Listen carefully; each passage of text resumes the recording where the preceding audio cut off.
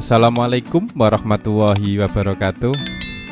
Selamat datang untuk rekan-rekan semuanya yang saya banggakan dimanapun Anda berada.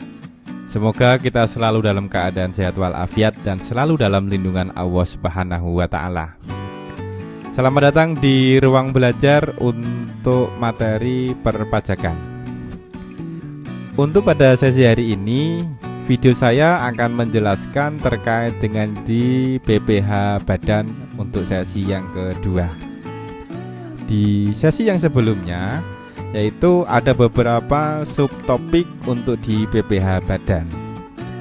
Jadi untuk yang sebelumnya ada di pengertian PPh Badan itu sendiri, kemudian ada di subjek PPh Badan, ada objek PPh Badan, ada tarif PPh Badan, dan jenis PPh Badan.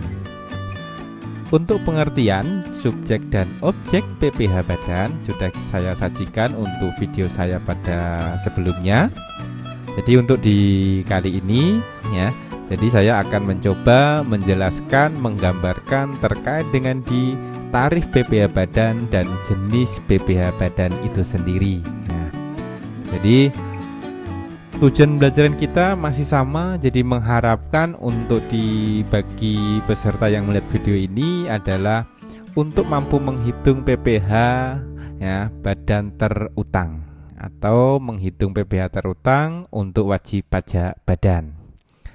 Jadi tarif PPh Badan itu sendiri, jadi kalau kita pernah baca di dalam buku, jadi tarif PPh Badan ada perbedaan dalam beberapa tahun. Saya gambarkan ini mulai tahun 2010, 2011. Jadi untuk tahun pajak tahun 2011 ya, itu tidak ada perubahan tarif ya PPh Badan dan masih sama dengan tarif PPh Badan yaitu tahun 2010. Jadi sesuai dengan tarif untuk PPh Badan, jadi pasal 17 ya Undang-Undang PPh, yaitu tarif untuk perhitungan PPh Badan untuk tahun 2010 ya sampai dengan kurang dari 2020. Nah, ini tarifnya tarif tunggal, yaitu sebesar 25% dari penghasilan kena pajak. Jadi 25%, jadi 25% dari penghasilan kena pajak. Jadi penghasilan kena pajak ini, jadi itu adalah di 25%-nya. Jadi selain itu, jadi dari ketentuan untuk tarifnya sesuai dengan pasal 17 UU PPh di sini, itu ada fasilitas dari PPh Badan itu sendiri. Jadi ada fasilitas tarif untuk PPh Badan bahwa sesuai dengan pasal 31E jadi Undang-Undang PPh. Jadi Undang-Undang PPh terdapat beberapa fasilitas ya, fasilitas atas besarnya tarif PPh Badan. Jadi wajib pajak badan ya, wajib pajak badan dalam negeri khususnya dengan peredaran bruto ya, peredaran bruto ini bisa digambarkan sampai dengan di omset ya, omset sampai dengan di 50 miliar ya, 50 miliar itu mendapatkan fasilitas berupa pengurangan tarif ya, pengurangan tarif yaitu sebesar 50% ya, 50% dari tarif sebagaimana dimaksud pada pasal 17 ayat 1 huruf B dan ayat 2A ya, yang dikenakan atas penghasilan kena pajak dari bagian peredaran bruto sampai dengan 4,8 miliar ya. Jadi artinya apa? Jadi dari sini jadi peredaran untuk usaha, jadi dengan penjualan di atas 50 miliar ya, 50 miliar itu labanya ya, penghasilan kena pajaknya itu dikenakan sebesar 25% ya, untuk peredaran usaha ataupun di omsetnya di atas 50 miliar ya. Sedangkan untuk peredaran usaha atau penjualan sampai dengan di 4,8 miliar ya, labanya itu atau penghasilan kena pajaknya dikenakan yaitu 50% ya kali 25%. Jadi ketemunya di 12,5%. Nah, untuk peredaran usaha dengan penjualan di atas 4,8 miliar ya sampai dengan 50 miliar, ini penghasilan kena pajaknya dikenakan pajak sebesar 25% ya, dan sebagian penghasilan kena pajaknya dikenakan pajak 12,5%. Jadi untuk penghasilan ya atau peredaran bruto yang kurang dari 50 miliar, yang kurang dari 50 miliar, ini artinya dia mendapatkan dua tarif ya. Sebagian kena 12,5% dan sebagian kena 25%. Jadi dari peraturan itu ya, dari peraturan tersebut itu dapat digambarkan ya untuk tarif ya, tarif sampai dengan 4,8 miliar itu 12,5%. Lebih dari 4,8 miliar ya sampai dengan 50 miliar itu kena 12,5% dan 25% ya. Sedangkan lebih dari 50 miliar kena 25% ya. Itu gambaran untuk di tarif PPh. Untuk sampai dengan saat ini seperti apa sih tarifnya pajak badan? Jadi kalau digambarkan dalam sebuah ya bisnis proses, sebuah grafik, jadi sebuah badan usaha ya. Jadi sebuah badan usaha jadi memiliki omset ya, omset tahunnya. Jadi omset setiap tahunnya, setiap tahun berjalan itu berapa? Jadi apakah kurang dari 4,8 miliar atau tidak ya? Jadi kalau misalnya omsetnya kurang dari 4,8 miliar berarti ini ya. Kemudian ya ada pertanyaan lagi, apakah melakukan pencatatan? Ya. Jadi kalau melakukan pencatatan ya iya berarti dia menyesuaikan tarif ya. Tarif untuk peraturan ya PP nomor 23 tahun 2018. Yaitu kalau saat ini yaitu di PPh final. Ya, yaitu di 0,5% dikalikan dengan omset setiap bulan. Jadi omset yang kurang dari 4,8 miliar dan melakukan pencatatan ya, dia bisa menggunakan ya tarif yaitu 0,5% dikalikan omset setiap bulan. Itu adalah di tarif ya untuk PPh badannya. Lalu bagaimana kalau misalnya tidak melakukan pencatatan? Ya, jadi kalau omsetnya kurang dari sama dengan 4,8 miliar tidak melakukan pencatatan, maka tarif untuk pasalnya 31E-nya jadi PPh terutangnya adalah dikenakan 12,5% dikalikan dengan penghasilan kena pajak atau PKP. Nah, ini adalah untuk yang badan usaha yang omsetnya kurang dari sama dengan 4,8 miliar per tahun. Jadi sedangkan untuk badan usaha yang omsetnya lebih dari 4,8 miliar per tahun, misalnya adalah untuk omset tahun berjalannya kurang dari 50 miliar. Nah, apakah badan usaha ini ya dalam menjalankan usaha omsetnya itu kurang dari 50 miliar ya.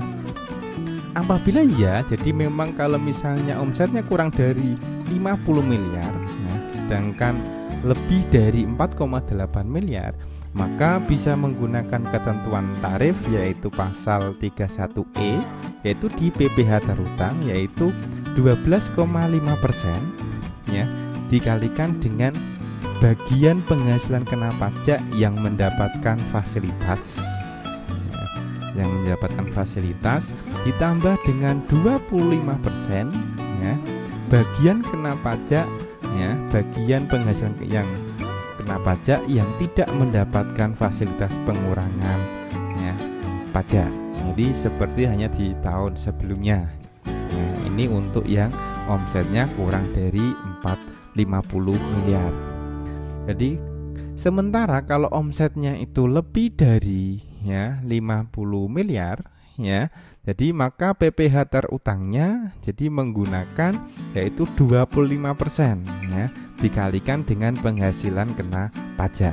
Ya, 20% kalikan penghasilan kena pajak. Ini dari gambaran untuk tarif pengenaan pajak, ya, tarif pajak badan.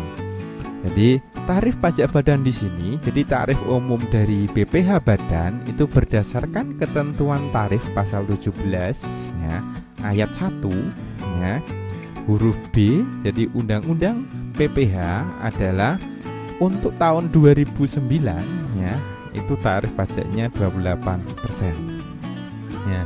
Sedangkan mulai tahun 2010 ya, 2010 berarti sampai dengan saat ini tarif pajaknya itu 25%. Jadi PPh terutang ya itu sama dengan tarif ya, yaitu 25% dikalikan dengan penghasilan kena pajak atau PKP ya, PKP dari badan usaha tersebut ya. Itu kaitannya di tarif PPh badan. Dan perlu dipahami, jadi untuk pada masa sekarang ini, jadi perlu dipahami, jadi pemerintah itu telah menurunkan tarif PPh badan dari sebelumnya, yaitu sejak tahun 2020. Jadi melalui peraturan pemerintah yaitu nomor 30 ya, tahun 2020 tentang penentuan tarif pajak penghasilan bagi wajib pajak badan dalam negeri yang berbentuk perseroan terbatas ya, tarif PPh badannya diturunkan ya. Blayet ini dikeluarkan untuk melaksanakan pasal 5 ayat 3 Undang-Undang nomor 2 tahun 2020 tentang penetapan peraturan pemerintah pengganti undang-undang yaitu atau Perpu ya, nomor 1 tahun 2020 tentang kebijakan keuangan negara dan stabilitas sistem keuangan untuk penanganan ya, pandemi COVID-19 dan atau dalam rangka menghadapi ancaman yang membahayakan perekonomian. Jadi untuk COVID saat ini jadi dianggap membahayakan perekonomian nasional ya, atau stabilitas sistem keuangan menjadi sebuah undang-undang. Jadi selama ini tarif PPh badan untuk normal, jadi normalnya adalah di 25% dari penghasilan kena pajak ya. Jadi kalau diimplementasikan jadi berdasarkan blayet itu ya, tarif untuk PPh badan itu turun secara bertahap. Jadi tahun 2020 dan 2021 ya, itu berlaku tarif yaitu sebesar 22%. Nah, tarif 22% ini berlaku untuk tahun 2020 dan 2021 ya. Kemudian 20% ini mulai berlaku pada tahun 2022 ya. Anda bisa lihat di beberapa informasi terkait di pajak ya. Jadi lebih rendah 3% ya untuk perusahaan terbuka atau TBK. Jadi bagi perusahaan TBK atau perusahaan TBK ini itu tarifnya di 19% ya pada tahun 2020 dan 2021 ya, 2 ya. Kemudian 17% ini mulai tahun 2023. Ini untuk gambaran penerapan tarif ya. Tapi penurunan tarif PPh badan lebih rendah 3% ini bagi perusahaan TBK ya. Ini ada syaratnya. Jadi ada syaratnya. Yang pertama adalah syaratnya saham itu dikuasai setidaknya 300 pihak.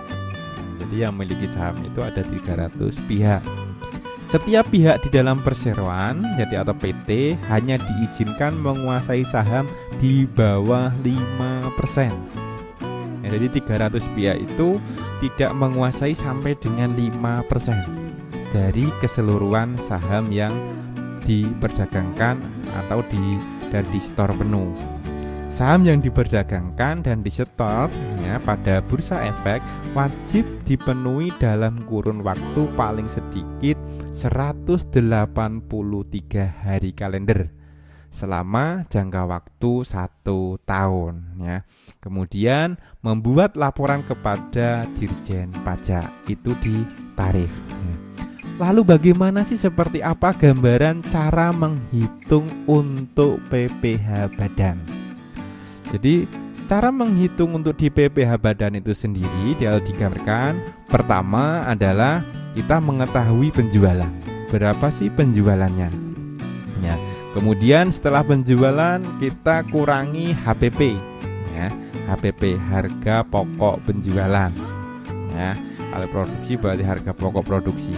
Ketemulah dari penjualan dikurangi dengan HPP, ketemulah yang namanya laba kotor. Ya, dari laba kotor di sini, kemudian laba kotor dikurangi dengan beban operasi, ya, ketemulah laba operasi. Ya, laba operasi.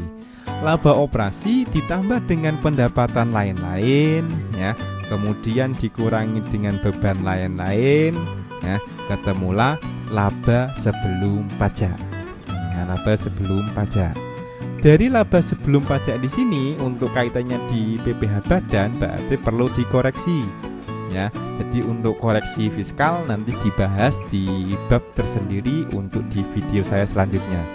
Jadi koreksi yang pertama yaitu ada di koreksi positif. Ya, koreksi positif. Kemudian ada ditambah koreksi positif dikurangi dengan koreksi negatif. Ketemulah laba fiskal. Ya, laba fiskal di sini. Laba fiskal, dari laba fiskal di sini diperhitungkan dikurangi dengan kompensasi kerugian. Jika perusahaan memiliki kompensasi kerugian, akan laba fiskalnya akan dikurangi kompensasi. Ya. Setelah dikurangi kompensasi di sini, ketemulah yang namanya PKP atau penghasilan kena pajak. Ya. Dari penghasilan kena pajak dikalikan dengan tarif. Ya. Tarif ini berapa nanti menyesuaikan dengan omset yang dimiliki atau yang diterima oleh perusahaan. Jadi tarif, jadi dikalikan tarif, maka ketemulah yang namanya PPh terutang. PPh terutang dikurangi dengan kredit pajak, jadi pajak yang sudah dibayar. Jadi untuk kredit pajak seperti apa nanti dibahas untuk video saya selanjutnya.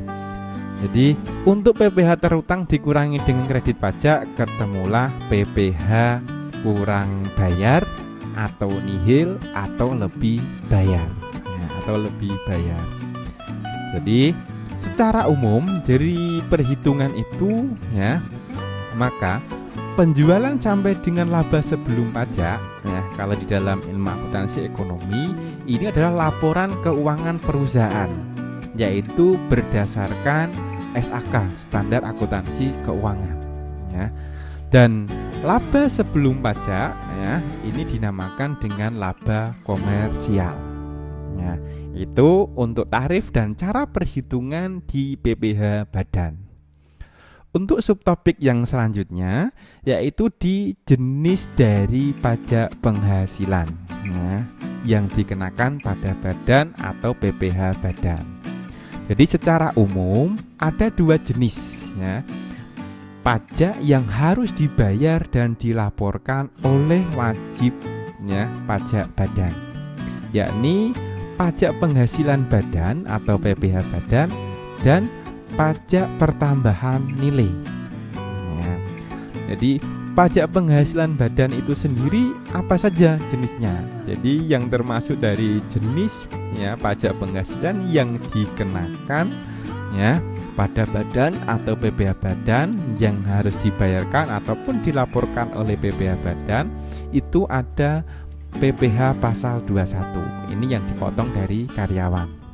Kemudian ada PPh pasal 22, ada PPh pasal 23, PPh pasal 25, PPh pasal 26, PPh pasal 29, ada PPh pasal 15 dan PPh pasal 4 ayat 2. Nah, ini untuk jenis PPh badan ataupun yang harus dibayarkan dilaporkan oleh wajib pajak badan itu sendiri. Sedangkan untuk di jenis, ya, pajak pertambahan nilai atau PPN, ya, itu ada 2 jenis, ya, yaitu pajak pertambahan nilai itu sendiri ya, kemudian ada di pajak penjualan barang mewah atau PPNBM. Nah, ini untuk di beberapa di jenis pajak. Nah, beberapa jenis pajak untuk di pajak penghasilan. Ya. Jadi untuk kaitannya di jenis-jenis BPH, kalau BPH pasal 21 sudah pernah kita pelajari ya. Jadi silakan dilihat di video-video saya sebelumnya. Nah, dan untuk di BPH pasal 22 yaitu nanti kita coba bahas di topik untuk kredit pajak ya, dan seterusnya itu. Dan untuk pajak pertambahan nilai atau PPN dan PPNBM, silakan selalu ya lihat ya dan tonton untuk video saya di selanjutnya, yaitu terkait dengan di pajak ya. Dan jangan lupa untuk like, subscribe dan komennya ya. Saya ucapkan sekian dan terima kasih, dan semoga memberikan manfaat untuk kita semua ya. Wassalamualaikum warahmatullahi wabarakatuh.